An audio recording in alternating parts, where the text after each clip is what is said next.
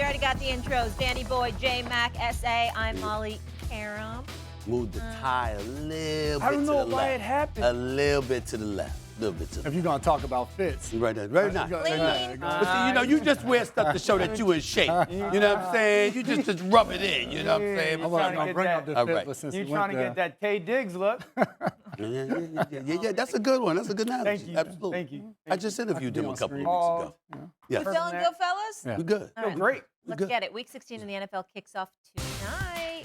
Josh Allen having a heck of a season. His one knock, turnovers. Guess what? He's minimalized them. As the Bills are sitting pretty first in the division at 11-3, the Bills currently Super Bowl favorites. Josh Allen is the odds-on favorite to win MVP. That according to ESPN Bet. All right, looking at Josh and Lamar this season. Lamar leads in passing touchdowns, but Allen has over 3 times as many rushing touchdowns and a slight edge in QBR. SA, you're up first. Is it too soon to say Josh Allen is a lock for most valuable player? Not for me. Not for me. I don't feel that way. I don't feel it's too soon at all because, listen, I know that Lamar Jackson is having an absolutely sensational season, and I get all of that, but he's got double the amount of losses. 2 of them were the last-place teams in the AFC, and on top of it all, they ain't even in first place in the AFC North. So I look at it from that standpoint. Then I take into account the greatness that we're seeing from Josh Allen, leading the NFL in QBR, by the way, at this particular moment in time. Tied with Joe Burrow and Lamar Jackson for total touchdowns with 37. Then I also look at what they lost coming into the season. We had expectations about the Miami Dolphins to some degree, to a lesser degree about the Buffalo Bills. We were wondering whether or not the New York Jets, we were wondering whether or not the Buffalo Bills were going to tail off. Why? Because you lost Stephon Diggs. You lost Gabe Davis. Let's look at that for a second. Davis accounted for 79% of the touchdown catches last year, 70% of the receptions, and 69% of the receiving yards. I'm talking about Gabe Davis and obviously Stephon Diggs. That was for the Bills' wide receivers over the last couple of years. That's what you walked into this season with lacking if you were Josh Allen. You had Keon Coleman coming in as a rookie, all right? You didn't acquire Amari Cooper until midway through the season, all right? And look at the year that Josh Allen has had. He is an absolute stud. We've known this. He's finished in the top 5 in league MVP voting 3 of the last 4 years. This is who this brother is. This is what he's brought to the table. And when you consider how the Bills look, how they've locked up the AFC East, how they've been playing, the opponents that they've been beating, devoid of those weapons that I highlighted, not to mention Mitch Morse and how this was your center for the previous 5 years. You lost him as well. You lost your leading sack guy in Leonard Floyd. And still in all, you're doing what you're doing as a team, riding the shoulders of Josh Allen. I think we can sit here and look at it and go like this. It's a regular season award. Regular season is pretty much done for them. All they're fighting for is the #1 seed in the AFC. I think that's MVP written all over it. Yeah, absolutely. That was a great argument. It was unbelievable. It was beautiful, well said. The stats, the players, all of that nonsense that you said. Nonsense. Nonsense. Very long-winded. Not a little bit. But nonsense? So Did you say nonsense? The last 3 games don't matter. We're just the fact that Lamar Jackson could end up being first in his division. He can go out there in these next 3 games. He just threw for 5 touchdowns on Sunday. Who was that again? I don't care. Who that again? Wasn't that a bye week? Wasn't that a bye week against the Giants? Whatever opponent. Okay. Hey, faces nameless opponents. They're just on the opposite sideline. You got to go out there and compete against them. Threw for 5 touchdowns. Let's also mention the fact that Lamar Jackson is 108 yards away from breaking Michael Vick's record when it comes to quarterback rushing yards, making history as he's going along this path. You also want to talk about narratives and doing things in the future that you haven't done in the past. Lamar Jackson is already a 2-time MVP winner. In this season, he has already surpassed some of the things that he did in both of those MVP seasons. Completion percentage, passing yards, touchdown to interception ratio. All of those things are at a higher level. I look at for Josh Allen. He is absolutely the MVP right here on Thursday as we sit here today. His next 3 games, 2 against the Patriots, 1 against the Jets. For Lamar Jackson, he has an opportunity to change the narrative around himself this week going against the Pittsburgh Steelers, a team that he is 1-4 against. He goes out there and goes off and goes for 5 touchdowns or something. We're going to be talking about him in a different light because it's what have you done for me lately? So I do think that Josh Allen is the MVP right now, but you cannot just dismiss the last 3 weeks of the season when there's still so much for the Baltimore Ravens to play for. Go ahead and tell me why are you shaking your head? There's absolutely no way that Lamar changes the narrative about him this weekend. He gets the monkey off his back about the Pittsburgh Steelers. And that one narrative. No. Listen. If he goes into the playoffs and has to play the Steelers or the Chiefs again, what's everybody going to say? And probably rightfully so. Well, do the it when Chiefs. it matters the most. Yes, the Chiefs. In the playoffs. So, like, there's no narrative getting shattered. I think from Lamar specifically at this weekend, it's a must-win. Like, he's got to go play well against the team that's had his number, no question. But the playoffs, Lamar doesn't care about the MVP anymore. I really don't believe that. I really believe that. He wants to win the Super Bowl. He knows he has to win the Super Bowl. So the MVP for me is over. I've said it for a week now. I think Josh Allen's going to win the MVP, and I think it's rightfully so. You mentioned the historical element with Michael Vick. Points per drive is a stat that really tells you how good an offensive line or an offensive unit and a quarterback is playing. Right now, the Bills average 3 points a drive, okay? Since 2000, so 24 years, there's been 3 times that has happened. In 2007, it happened for Tom Brady, okay? Tom Brady won MVP that season. Who was his receiver that year? You remember? Randy Moss. Okay, it happened in 2017. 2018. Patrick Mahomes is the quarterback. He won MVP that year. Who was his receiver? Tyreek Hill. It happened in 2020 with Green Bay and Aaron Rodgers. Aaron Rodgers won MVP that season. Who was his receiver? Devontae Adams. So those quarterbacks all won MVP. All those quarterbacks had Hall of Fame wide receivers when they did it. Josh Allen's doing it this year, and he doesn't have any of that. When you do that, when you have a unprecedented historically offense, and you're doing it the same level as those 3 quarterbacks, and you don't have a Hall of Fame wide receiver for you, that literally is the definition of MVP. Well, let me say this. A couple of things. Number one, don't ever bring up me talking long-winded again with what you just did. It was just as long That as was I like did. 45 It was just as long as I did. Okay, No. it was just as long. It's just as long. What? It's first take, baby. So you know what? It's privilege. It's a privilege. I gave you that space. Okay, I gave you that television real estate. That's number one. Number two. Very, very important point to bring up because you see, the question is too soon to call it. I'm not acting like Josh Allen doesn't have to do anything over the last 3 weeks.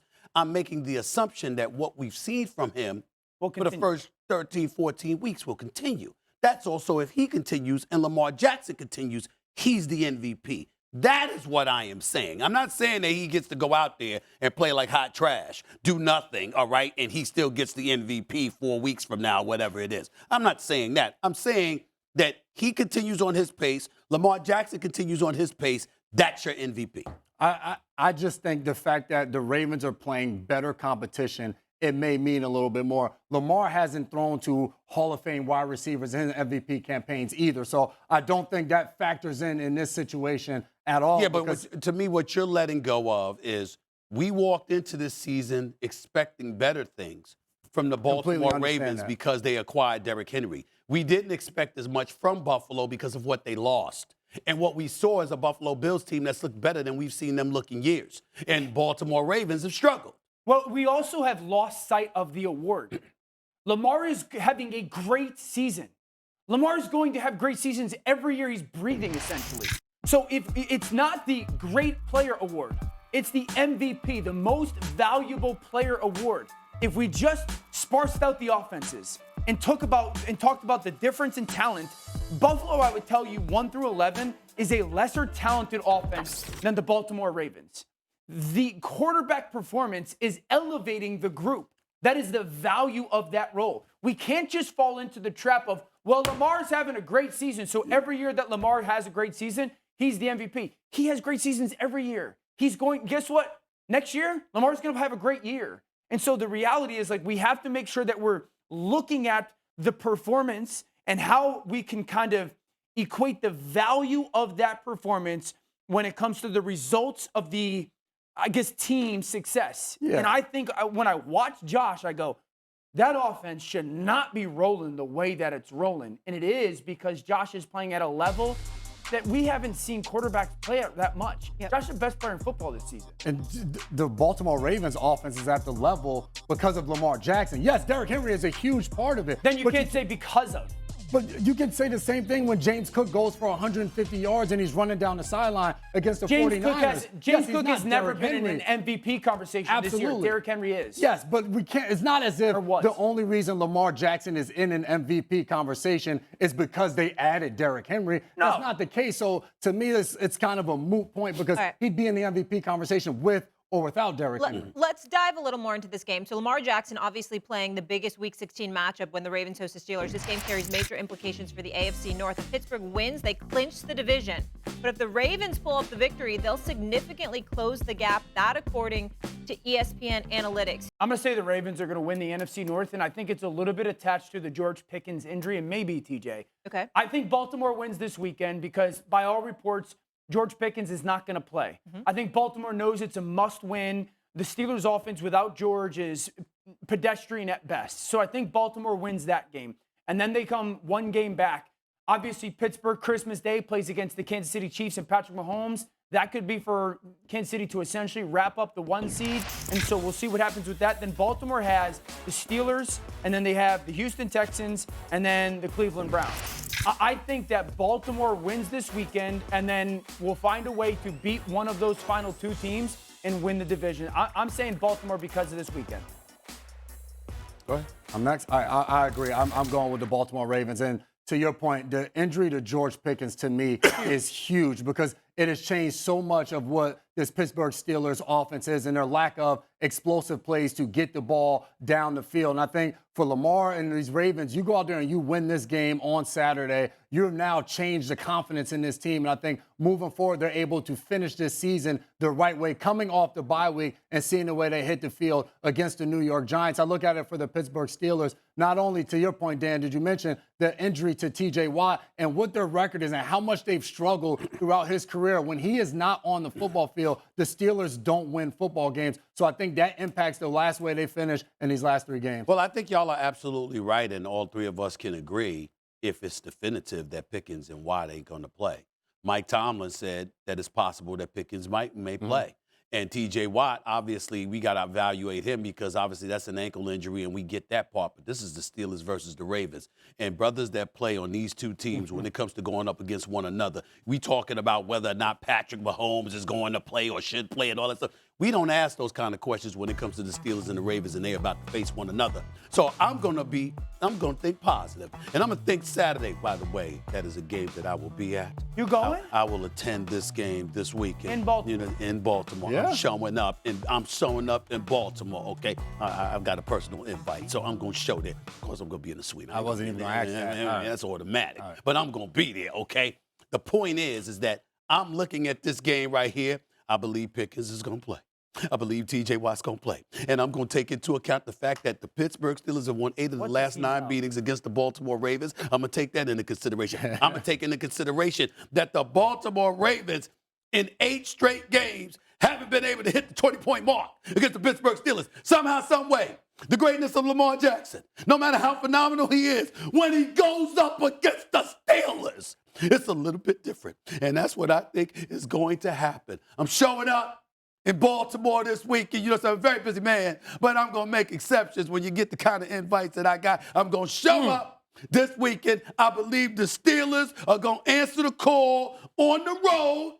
And if Pickens, I understand, if without Pickens, it's a different animal. Without T.J. Watt, that's a different animal. But if those brothers play, and I believe they will, the Pittsburgh Steelers roll into Baltimore, and they defy everybody. And they win this game. You got a plus. You got a +1 on the invite. Yeah. Huh? You got a +1 on the invite. Well, it ain't for one of y'all. It ain't for one of y'all. I can tell you that much. Let You know what I'm me say saying? this. Let me You know say what I'm this. If Baltimore loses this, don't ask me to take you seriously when it comes to Super Bowl contender either. Because if you can't win at home, if Pickens plays maybe not 100%, I don't think that he's going to play, and I don't think he should if he's not 100%. Because if they don't have George Pickens in the playoffs, they have no shot. That's fair. They have no shot. That's fair, and I agree with that. Honestly, I think right now I'm just trying to figure out who was the – because you say special invite, but you're not sharing. The governor of Maryland. I would say Baltimore. Yeah. I think Baltimore needs to win the AFC North more.